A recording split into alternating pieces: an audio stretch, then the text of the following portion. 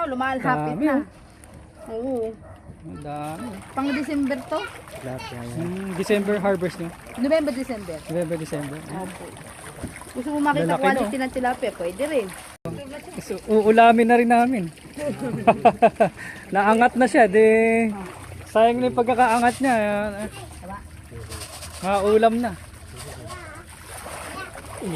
Ayan, huli tayo ng ano. Ayan. Ah, hindi pa pala. Bata pa. Oo, bata pa yan. Bata pa. O, tingnan mo doon. Sayang naman kung lulutuin. Kaya muna. Hindi pa siya ano. Oo.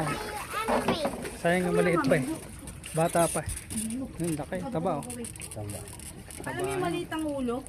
Maliit ulo. Maliit ang ulo, malaki ang katawan. Oo nga no. Sulit sa katawan. Oo. Binawi yung katawan. Yan ang flap, yan ang flapla.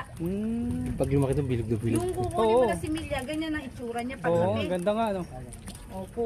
Better kasi yung nakikita Importante ng talaga yung bayan. katawan kaysa yung ulo eh. Oo, Hindi naman nakakain yung ulo. Halos nasa 1 hektarya din eh.